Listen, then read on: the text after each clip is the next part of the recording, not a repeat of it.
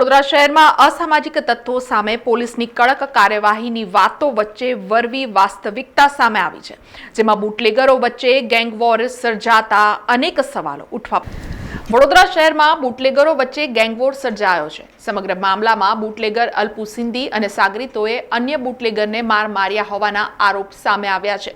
આ હુમલામાં ઇજાગ્રસ્ત થયેલા બુટલેગર હેરી લુધવાણીનું નિવેદન સામે આવ્યું છે, જેમાં તેણે જણાવ્યું હતું કે બુટલેગર અલ્પુ સિંધી દારૂનો કુખ્યાત સપ્લાયર છે.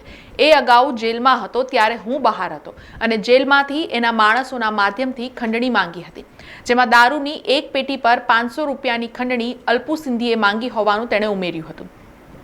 આ મામલે અલ્પુ સિંધીએ ખંડણી રૂપે કાર આંચકી લીધી હતી, ત્યારે કાર પરત માંગતા માર મરાયાનો આરોપ ઇજાગ્રસ્ત બુટલેગર હેરીએ કર્યા છે. ત્યારે હાલ આ સમગ્ર બનાવના સીસીટીવી ફૂટેજ પણ સામે આવ્યા છે. આ 2 તારીખે શરૂ થયેલો. 2 તારીખે મારા ભાઈબંધને માર્યું હતું, દિનેશ લાલવાની કરીને છે. તો અમે કેસ કરવા ગયા હતા અલ્પુને ગોલુ ઉપર. જે ગોલુએ માર્યું હતું એ ને અલ્પુ જે કરાયું હતું એ. મારા ગોલું એવું કે માર્યું મારા ભાઈબંધને કે હેરીને બોલાવી 2 લાખ રૂપિયા લેવાના છે. તો મેં વારસા પોલીસ ચોકીમાં ગયો કમ્પ્લેન કરવા. મેં કીધું વારસાવાળાને એસએમ બસાવવાને કે સાહેબ આવી આવી વાત થઈ છે, આ લોકો પૈસા માંગતા હતા ને મારી જાનને જોખમ છે, તમે મને બચાવો. તો એ લોકો એવું કે તમે સબૂત લઈ આવો અલ્પુ વિરુદ્ધ. પછી મને બહાર કાઢી દીધું. પછી મારા જોડે જે દિનેશ લાલવાની હતો ને એને બહુ જ માર્યું એસએમ વસાવાય. મારા પાસે એના સબૂત પણ પડ્યા છે, વિડીયો પણ છે. પછી અલ્પુ આવ્યો ત્યાં ઓફિસમાં અંદર બેઠો. અલ્પુ જોડે વ્યવહાર કરી લીધો એસએમ વસાવે કે ખબર નહીં, એ તો મને બરાબર છે. પછી અલ્પુને ને ત્યાં બેસી ગયો હતો. પછી મારા મધર આવ્યા ને એમને એક્શન ઉઠાવ્યું કે જેના ઉપર અમે ફરિયાદ કરીએ તમે એને અંદર બહાર રાખ્યો છે ને જે તમને ફરિયાદ અપાવો છે એને તમે મારો છો. એના પછી છે ને અલ્પુ ભાગી ગયો ત્યાંથી ને અલ્પુને જવા દીધો હસી ખેલતા. પછી છે ને પોલીસવાળા મારા ફ્રેન્ડને ટોર્ચર કરતા હતા કે તું સમાધાન કર, નહીં તો તને મારીશું, સમાધાન કર ને તને મારીશું. એટલે છે ને એને પણ બેહાડી દીધું ને પેલા સામેવાળાને ગોલુને પણ બેહાડી દીધું. જે અલ્પુએ કરાયું હતું એને પોલીસે કશું પણ કર્યું નહીં. ત્યાં એ બચી ગયો. આ વારસામાં જ બન્યું હતું. મેં એફઆઈઆર પણ કરી હતી, પણ આમને સામને આ માને આજે છે ને ફતેગંજમાં મારવા આવ્યો. 3 દિવસ અગાઉ છે ને મારી રીટ્સ ગાડી છે બીજાની છે, એટલે મેં એ વાપરતો હતો. એ મારાથી રવિ ભીમાણે મંગાવી કે ભાઈ આવી તો મને લેવા. પછી એક છોકરાને મોકલ્યું. તો મેં એને કીધું કે લઈ જા ગાડી અને રવિને મોકલ. તો રવિ એવું કીધું મેં ગાડી લઈને આવું છું. પછી છે ને આવી નહીં, ગાડી આવી નહીં. અડધો કલાક રાહ જોઈ, કલાક રાહ જોઈ. રવિ કે આવું છું. મને માથામાં ચક્કુ માર્યું છે ને લોખંડના પાઇપો હોય છે ને એ અહીંયા બધા માર્યા છે. 5-7 જણા હતા. મને 3 જણને ઓળખું છું. એટલે એક અલ્પુ હતો, એક પેલો ચપટ કરીને હતો ને એક રાજુ કરીને હતો હરિયાણાનો. બીજા 3-4 જણા હતા, પણ મને આંખમાં મારી દીધું એટલે મેં કશું દેખી જ નહીં પાયો. કેટલા ફરિયાદો છે? અલ્પુ વિરુદ્ધ 50 થી વધુ છે. શું ધંધો કરે છે અલ્પુ? શું ધંધો કરે છે? દારૂનો ધંધો કરે છે. તમારા ઉપર કંઈક ફરિયાદ છે પહેલા? આની પહેલા મારા ઉપર છે દારૂની, એવું નહીં કહેતો.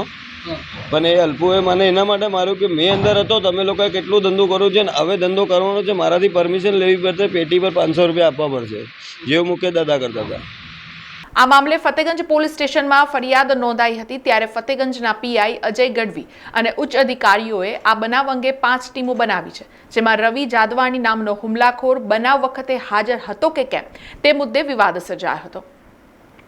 બનાવ બન્યો તે સમયે સિટી પોલીસ સ્ટેશનમાં તેની અટકાયત થઈ હોવાની વિગતોના પગલે પોલીસ દ્વારા સીસીટીવી ફૂટેજના આધારે તેની સંડોવણીની તપાસવામાં આવી રહી છે. તો બીજી તરફ 50થી વધુ ગુનાઓમાં સંડોવાયેલા નામચીન અલ્પેશ વાઘવાણી ઉર્ફે અલ્પુ સિંધી અને અન્ય સાગરીતોને શોધવા ફતેગંજ પોલીસની ટીમો સાથે ક્રાઇમ બ્રાન્ચ, એસઓજી, પીસીબી સહિતની ટીમો પણ જોડાઈ છે. અલ્પુના રહેઠાણ તેમજ અન્ય આશ્રય સ્થાનો પર તપાસ કરાઈ હતી, પરંતુ તેનો પત્તો લાગ્યો નથી. પરમ દિવસે મોડી રાત્રે ફતેગંજ બ્રિજ પર એક બનાવ બનવા પામેલ, જેમાં એક ભોગ બનનાર છે એમને 4 ઈસમોએ માર મારેલો છે એવો પ્રથમ ગુનો નોંધાયેલો હતો.